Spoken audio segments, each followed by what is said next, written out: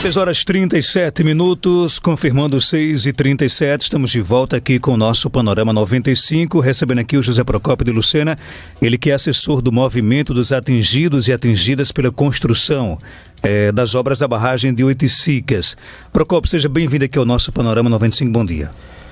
Bom dia, Marcos, bom dia, ouvintes do Panorama. Hoje estamos aí para dialogar, conversar um pouco sobre esse processo tão complexo, né?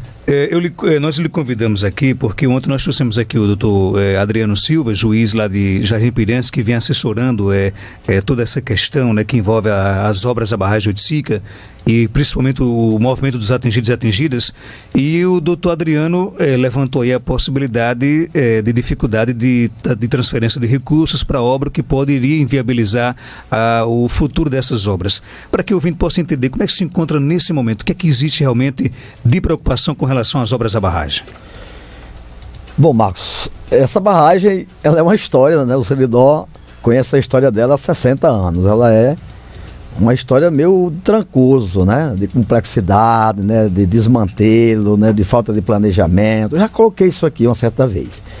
Mas é uma obra estratégica, é uma obra fantástica para o Seridó e para o Rio Grande do Norte, né? Essa barragem, ela vai acumular quase 600 milhões de metros cúbicos d'água e ela vai transformar essa região. Ela vai ter água para irrigar aí em torno de 6 mil hectares. Vai poder abastecer até 2 milhões de pessoas, vai atender aí quase 500 mil de pessoas, direto e indiretamente. Então é uma obra, né, que vai trazer uma tranquilidade para o Seridó, né, nos aspectos sociais, econômicos e hídricos. Nós estamos concluindo agora, né, a partir de um recurso que a própria ANA conseguiu junto, o comitê junto com a SEMAR conseguiu junto à ANA, em torno de 6 milhões e meio, estamos terminando aquele grande projeto de sustentabilidade hídrica do Seridó. É o maior projeto já elaborado em uma região do Brasil. Projeto imenso que vai criar uma rede de adutoras do Seridó, conectada a partir da barragem do Oiticica com a transposição do São Francisco, e vai criar aí toda uma capacidade de ter água para a cidade e liberar os açudes para a produção agrícola, para a pecuária, para a produção de alimentos, né, para a pecuária. Então, você tem aí um conjunto de elementos que estão sendo preparados pelo Seridó que eu sinceramente, eu penso, não sei por que né, os segmentos econômicos e políticos não conseguem ver isso, não conseguem perceber o tamanho dessa estratégia que está sendo trabalhada, né? Isso é fundamental para a região, né? Uma região que não tem água, não tem gente, não tem desenvolvimento, né? Não tem atividades produtivas, não tem absolutamente nenhum tipo de ação mais consistente. E essa barragem, ela é estratégica. Lamentavelmente, ela começou mal planejada, a forma como ela foi iniciada foi desmantelada, como nós chamamos no popular. As coisas foram muito travadas, faltou vontade política, competência técnica, conhecimento técnico para que essa fosse tocada no tempo hábil.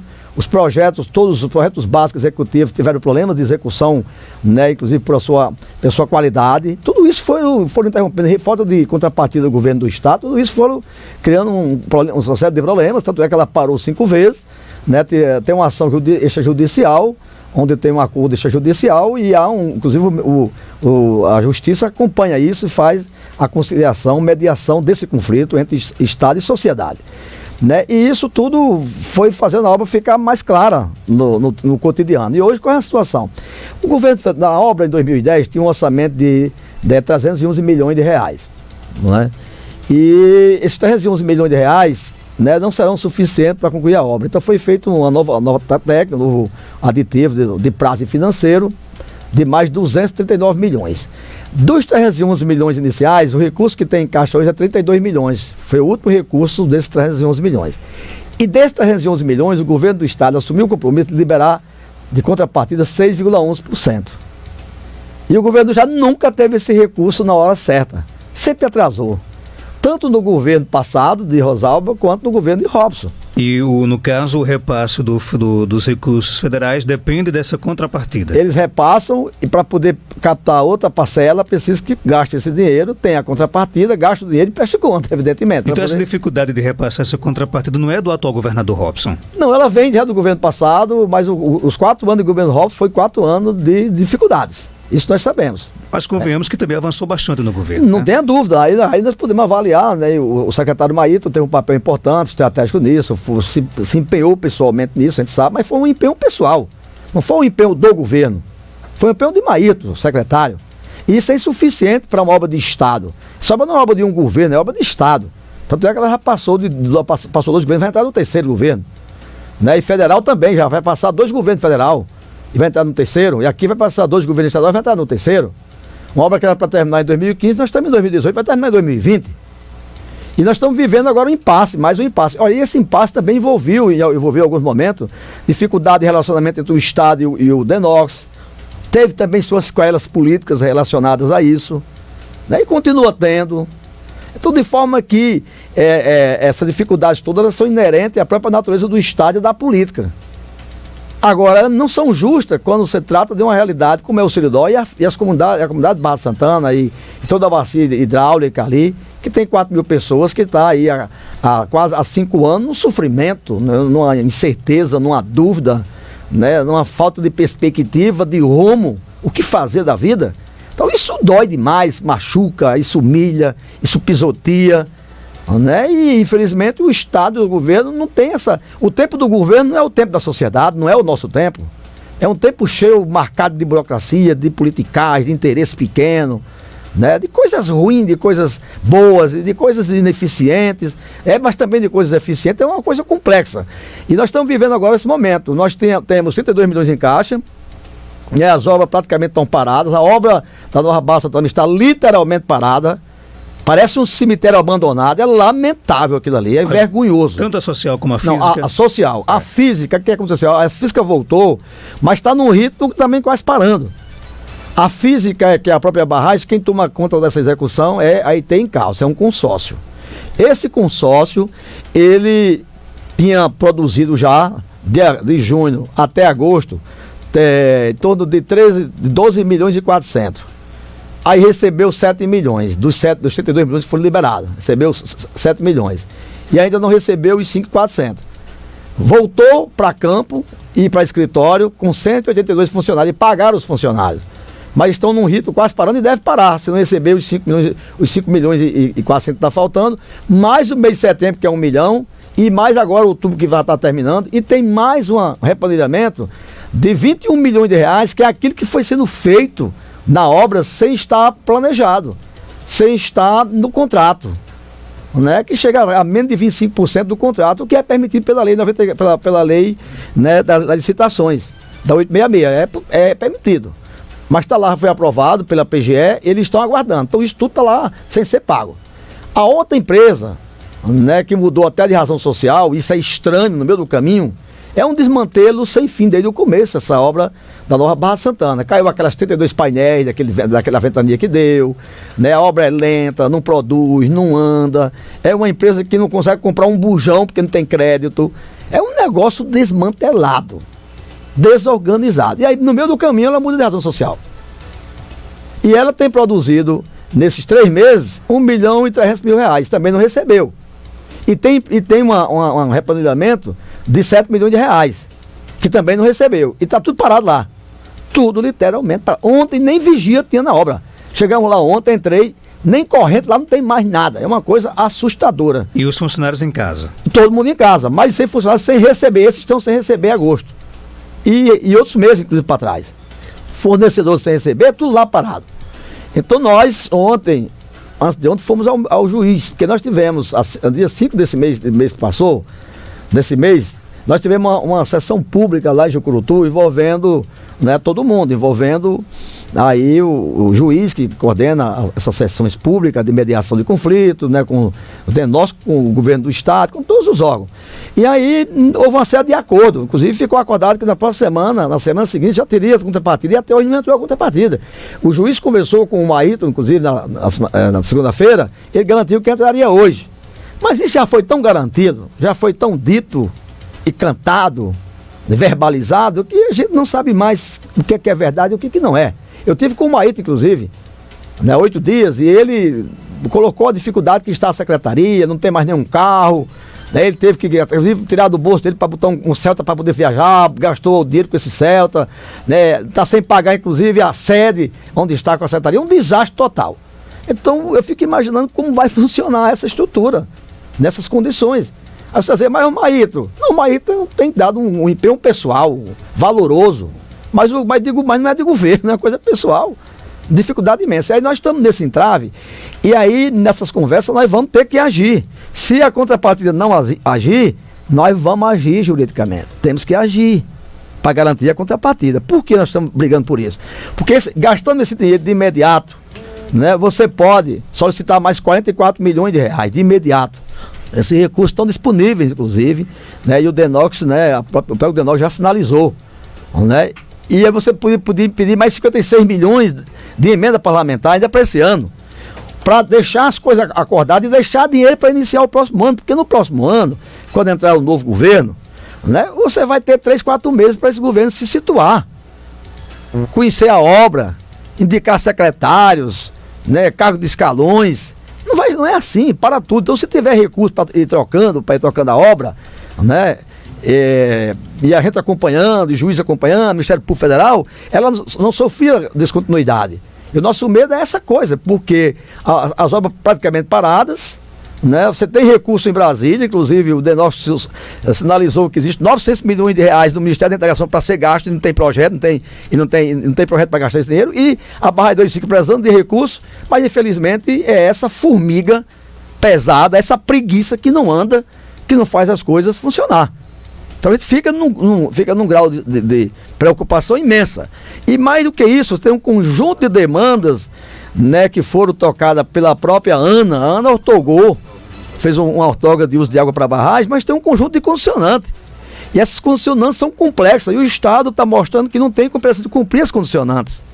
Até um estudo de qualidade da água, né, que era para ser feito, não foi feito, de sedimentos que não foi feito, o plano de segurança da barragem, né, o plano de emergência da barragem, antes do enchimento dela, nada disso foi feito. As condicionantes não são cumpridas. Tem condicionante, por exemplo, do IFAM, e tem que fazer uma prospecção de 6 mil hectares. Isso iniciou agora, está fazendo uma nova poligonal. Então, um conjunto de questões gravíssimas. Tem que fazer a supressão vegetal de 6 mil hectares. Você tem que fazer uma estrada de contorno de 150 hectares. Isso tudo você não está conseguindo fazer em decorrência dessas dificuldades. Vamos ouvir aqui o Maírton França. Ele está aqui no telefone com a gente. Maírton França, que é o secretário de Recursos Hídricos do Estado. Já foi dito aqui, inclusive, pelo Procópio, que reconheceu, inclusive, o esforço pessoal que o Maírton vem fazendo para tentar destravar essa questão que envolve as obras da barragem de Oiticicas, mas, de acordo com o juiz doutor Adriano e o próprio Procópio, essas obras estão ameaçadas por essa dificuldade realmente de repasse financeiro. Maírton, seja bem-vindo aqui ao nosso Panorama 95. O que é que você pode falar enquanto governo com relação a isso? Bom dia, Maírton.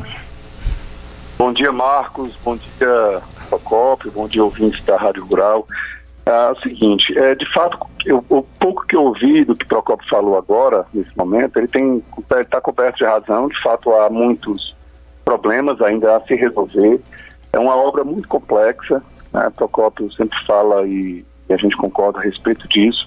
Uma obra que vai afetar 6 mil hectares, na verdade 11 mil hectares, né, de área, fora a área alagada 6 mil e mais o restante de APP, que é a área de preservação permanente, mexendo ainda com a vida de muitas pessoas que estão vivendo, que viveram as suas vidas todas com suas famílias nessa localidade. Ou seja, é uma obra muito complexa em vários aspectos. Quando assumimos a obra em 2015, nós estávamos, naquele momento, com em torno de 18% da obra concluída. Foram muitos desafios que a gente enfrentou juntos, inclusive a partir do momento que nós assumimos, a gente passou a ter uma interlocução muito mais próxima com o movimento atingido de barragens e cumprindo, inclusive, dando nosso compromisso de cumprir todos os termos que foram colocados e de acordo com o movimento, entendendo a angústia das pessoas, entendendo a angústia dos próprios movimentos. Eu vou tentar, já que eu vou falar um pouco sobre essas dificuldades que estamos passando no momento a respeito da obra, do andamento da obra. A obra da barragem de Oiticica, hoje a gente nem se fala mais em obra, a gente fala em empreendimento Oiticica, né? Porque nós temos aí duas grandes obras sendo construídas, uma que é a própria barragem, que já está com todo 67% concluída, e a outra que é a construção da nova Barra de Santana. Já posso falar assim para os ouvintes da Rural, porque já estão muito habituados com essa terminologia, Nova Barra de Santana, que é um distrito que vai abrigar, vai reassentar cerca de 1.500 pessoas. Então, são obras físicas, são obras de construção, obras civis, bastante complexas também, O caso da barragem, ela tem que ser uma barragem construída dentro de todas as normas de segurança, de construção, construtivos. Nesse momento, todas essas normas estão sendo observadas passo a passo. E com relação à nova Barra de Santana, é muito mais complexo ainda, porque a gente está mexendo, está tratando com uma vida de centenas de famílias. Então, fora essa parte da construção civil propriamente dita, existe uma série de estudos, uma série de levantamentos que, quando eu cheguei em 2015, não haviam, alguns tinham sido começados a fazer. A parte da arqueologia, né, que eu ouvi aí o nosso amigo Procopio falando, e ele tem acompanhado muito de perto. Foi feito um levantamento, foi feita uma prospecção. Essa prospecção, ela inicialmente foi aprovada pelo IFAM. Nós pagamos esse produto de prospecção dentro de uma metodologia aprovada também pelo próprio IFAM, pelos técnicos que à época estavam nesse órgão, importante órgão, porque é ele que preserva, né, nossa cultura em todos os aspectos. Aí então as equipes mudaram e foi reavaliado esse estudo. Nós já estávamos fazendo um projeto para resgatar os sítios arqueológicos, principalmente aquelas inscrições rupestres que foram encontradas numa área de 200 hectares, dentro dos 6.000 hectares. A área de enclave, né, que se chama de enclave, que é o conjunto mais expressivo, né, dessas inscrições rupestres, ela compreende 200 hectares desses 6.000 hectares afetados. Então, fizemos o projeto de resgate, ou seja, pagamos mais um produto à empresa de consultoria que foi licitada, que é a KL, e no momento da avaliação desse projeto para resgatar, ou seja, a proposta do governo do estado para resgatar esses sítios arqueológicos, houve uma mudança de equipe, eles reavaliaram tudo e decidiram não concordar nem com a metodologia do primeiro estudo e nem com a prospecção feita pela secretaria antes de eu chegar, né? Aliás, o projeto de resgate já foi feito durante a minha gestão. Então, houve vários momentos de conversas, nós, a secretaria lá no IFAM e também do próprio juiz, doutor Adriano Araújo, que tem feito um excelente trabalho de acompanhamento e de mediação, né, nesses conflitos todos. A gente chegou à conclusão que nós temos que atender, né, o que o IFAM quer, porque, afinal de contas, não atendendo, o IFAM, obviamente, não iria, de fato, concordar nem aprovar nenhum dos estudos que a gente apresentasse. Então, não são 6.000 hectares, a gente vai fazer prospecção integral de 6.000 hectares, certo? O projeto já tem que ser entregue essa semana ao IFAM, para que o IFAM aprove o projeto de prospecção. Certo? A gente está atendendo a um termo de referência que eles encaminharam pela primeira vez, nunca antes na história de Edifica havia sido apresentada uma orientação quanto ao tipo de estudo, ao tipo de projeto que deveria ser apresentado, mas agora sim o termo de referência foi encaminhado e nós estamos concluindo o projeto de prospecção para que o IFAM aprove. A gente está dentro de um cronograma. Não estamos atrasados nesse novo cronograma que foi estabelecido com o órgão, né, com o IFAM e inclusive com o doutor Adriano. Estamos cumprindo esse cronograma. Uma vez que o IFAM aprove o projeto de prospecção, aí sim é que a gente vai iniciar a prospecção. Só para Maírton, começar a prospecção sem que o IFAM aprove o projeto de prospecção. Isso aí é a única questão que eu acrescentaria o que o Procopio falou. Eu queria só pedir a sua compreensão, porque infelizmente nós temos pouco tempo para propaganda eleitoral gratuita às 7 horas, e eu até me comprometo aqui com você da gente lhe convidar aqui ao vivo para você fazer todas as avaliações necessárias, mas eu queria bem de forma bem sucinta com relação, por exemplo, a essa questão do repasse dos recursos. Qual é a previsão que o governo tem? Para ser bem rápido, nós estamos com 32 milhões de último repasse. Nós já pagamos 7 milhões à IT em calço. Estamos aguardando o depósito da contrapartida dessa parte para que a gente possa concluir o pagamento da IT. Com relação a Solo Penascal, né, o outro consórcio que constrói Barra de Santana, a gente está aguardando um documento que eles ficaram de entregar ontem, como eu estou em Brasília nesse momento. Eu não sei de fato se esse documento foi protocolado ontem na SEMAR. Uma vez que esse documento seja protocolado, a gente imediatamente fará o pagamento da fatura que está em mesa, porque a lei impede que eu faça o pagamento sem que essa documentação esteja completa em nossas mãos. É essa a situação. Ok, obrigado pela sua participação, Maírton. Abraço Procópio, abraço a todos meus irmãos de Caicó. Tchau, Marcos. E aí, Procópio Lucena? Maíto, com a sua sinceridade, reafirma o que nós estamos aqui dizendo, né? Eu acho que Maíto deu a sua contribuição, ele sabe da nossa posição, nós temos feito um diálogo aberto, né? Ele tem, como tecnicamente e profissionalmente tem se empenhado, mas o governo não tem. Isso é o fato, isso é o grande debate que nós colocamos na mesa, e claro, a secretária não vai dizer nunca que não é assim, mas é assim, desde o primeiro momento. Então nós estamos nesse impasse imenso, né? Estamos ainda nessa luta das agrovilas. São 3 agrovilas para sentar 114 famílias de agricultores familiares. Também não houve ainda desapropriação. Está iniciando ainda esse debate. O debate está sendo retomado agora. Tem as indenizações da atual Barra de Santana, de pagamento de indenizações daquelas casas que não vai ter permuta em Nova Barra de Santana, dos terrenos. Tem a questão dos comerciantes. Tem a história das pessoas que vão para o centro comercial. Então falta muita coisa.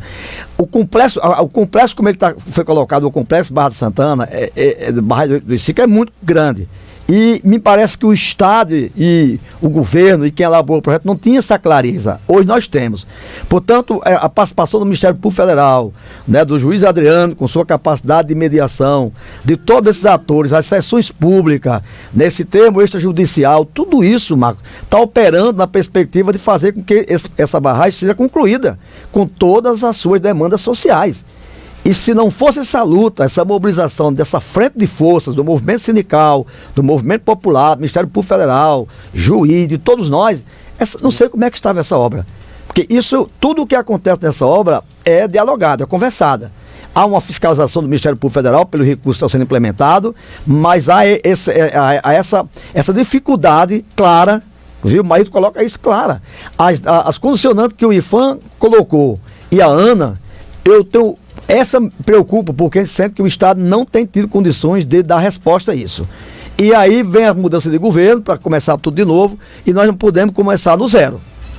Né? Inclusive, no primeiro, assim que terminar as eleições, nós já vamos procurar o novo eleito, eleita, vamos procurar de imediato, já para iniciar pontos de conversas, diálogo de conversa, porque não dá para o governo que chegar entrar no Estado sem conhecer esse processo. Vamos já marcar conversa e diálogos. Obrigado, Procópio. Bom dia.